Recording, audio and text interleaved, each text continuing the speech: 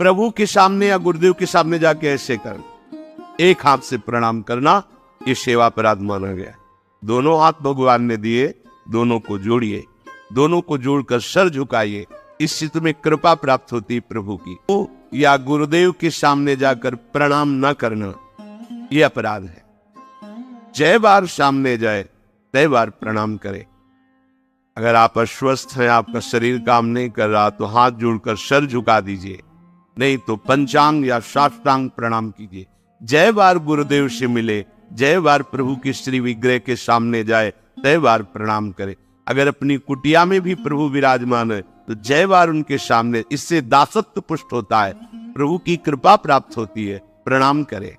यदि आप अपवित्र हैं, शौच में गए हैं और वहां वैसे ही वस्त्र पहने हुए जिसमें आपने शौचालय में प्रवेश किया, शौच किया, उन्हीं वस्त्रों से अपवित्र दशा में प्रभु के सामने नहीं जाना चाहिए। इसीलिए हमारी बुद्धि मलिन हो जाती है, कोई सिद्धांत समझता ही नहीं।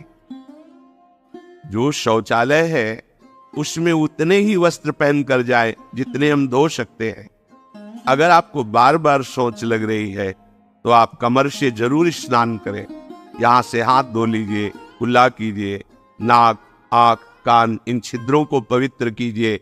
यदि आप ठाकुर सेवक है, भजन करने वाले हैं, ये पवित्रता नहीं रखेंगे तो जहां जो कुछ भी छुएंगे सब अपवित्र हो जाएगा, और अपवित्र बुद्धि भगवान में नहीं लगती, ओ मलिनता छा जाती है।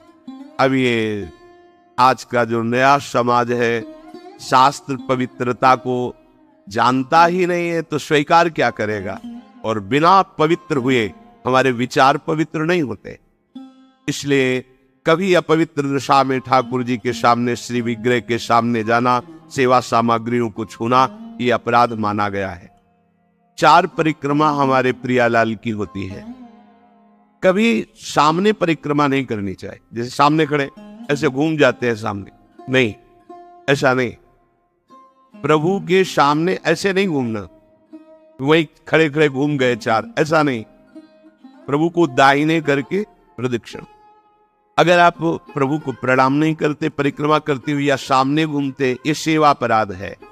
प्रभु के सामने गए मंदिर में और आप पैर फैला के बैठे, सामने ऐसे पैर फैला लिए, ऐसे फैला के, ये अपराध है।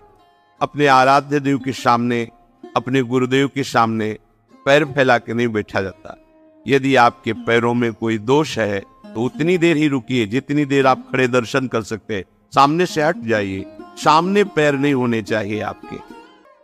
प्रभु के श्री विग्रह के सामने बैठकर बात करना और उसमें झूठ बोल देना, ये दोनों अपराध है। प्रभु के दर्शन करने के लिए जब जाइए तो बोलिए मत किसी से, और कैसे हो, क्या है, कुछ नहीं, शांत, राधा राधा राधा, या बात करनी तो बाहर मिलना, या हम दर्शन, आप भी दर्शन कीजिए और हट जाइए उससे। अगर कभी कोई अपना पूज्य जन, बड़ा जन है, उनसे बात कर रहा है तो उसको कैसे कहें कि आप हट जाइए। तो जितनी बात हो भागवतिक हो और सत्य हो, क्योंकि वहां सत्य साक्षी देने की नहीं, प्रभु विराजमान है। वहां का झूठ तुम्हारे पुण्यों को नष्ट कर देगा। पहले भी जब कोई बात सत्य कहलानी होती थी तो कहा जाता था मंदिर में चढ़ के बोल दो, फिर हम दोबारा तुमसे नहीं पूछेंगे। वो हाँ चलो, तो मंदिर में बोल रहा है मतलब सत्य बोल रहा है। प्रभु के सामने झूठ बोलना या अन्य वार्ता करना, ये अपराध है। प्रभु के श्री विग्रह के सामने जोर जोर से किसी को बुलाना, ए जोर से आवाज नहीं, स्वामी विराजमान है।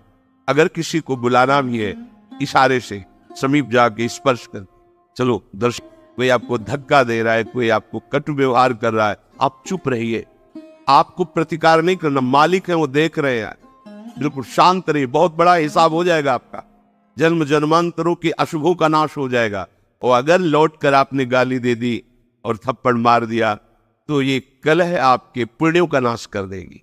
बहुत सावधानी से भगवत दर्शन किए जाते हैं।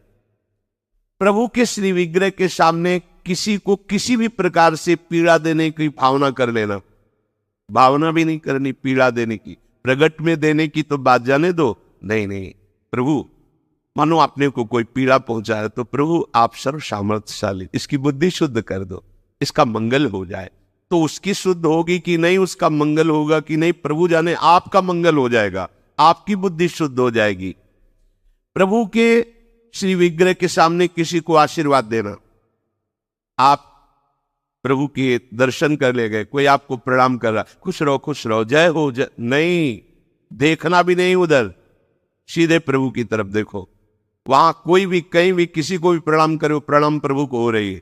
आप बिल्कुल ये मानकर कि मेरे को प्रणाम कर रहा है उसको आशीर्वाद, बिल्कुल नहीं, प्रभु की तरफ केवल देखें। अगर किसी को ऐसे, तो वो अपराध बनता है।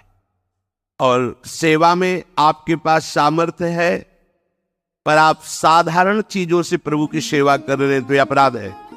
जैसे एक दिन कहा था कि ठाकुर जी के सामने तो चिरौरी रखवा दी और आप पूरा परिवार पकौड़ी हलवा से बाल भोग कर रहे हैं, ये अपराध है। ऐसा नहीं, यदि आपके पास नहीं है तो बाजरे की आधी रोटी से ठाकुर जी प्रकट हो गए धन्ना जी के यहाँ। प्रभु को नहीं चाहिए, वो तो विश्व का भरण पोषण करने वाले स्वयं विश्वात्मा है। पर यदि आपके पास है तो उत्तम उत्तम भोग लगाइए, उत्तम उपचारों से प्रभु की सेवा कीजिए।